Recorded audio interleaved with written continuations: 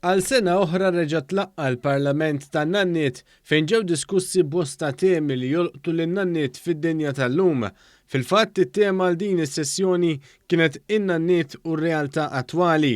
Is-sessjoni kienet immexxija mill-Ispeaker Anġlu Farrugia u tkellem dwar is-sehem tan-Nanniet fil-familja u d-dritt tal-ħajja fost l-oħrajn. L-Speaker stqarr kif ir-responsabbilità tat-trobbija tal-għoljiet mhux primarjament tan-Nanniet imma hija tal-ġenituri, madankollu n-Nanniet kapaċi joffru għajnuna bżonjuża lill-familja ta' wliedhom frabta dejjema ta' mħabba bejn in-Nanniet u wliedhom. Irringrazzja l-istituzzjonijiet u l-aġenziji tal-Istat u tal-Knisja impenjati fil-ħarsien u s-solidarjetà soċjali. Ma' żmien din il-kollaborazzjoni issarfet f'ħidma fejjieda favur il-vulnerabbli anzjani u oħrajn, hekk kif pajjiżna ntlaqat mill-imxija tal-COVID-19.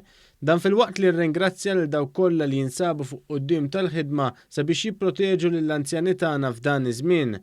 Fin-sessjoni tal-Parlament tan-Nanniet tawsiehom esperti differenti minn oqsma relatati flimkien mal-President Fundatur tal-Fondazzjoni Nanniet Malta Filip Kirkop u s-Segretarju Parlamentari għall-Anzjanità Attiva Silvio Parnis flimkien ma' membri parlamentari oħra miż-żewġ naħat tal-Kamra.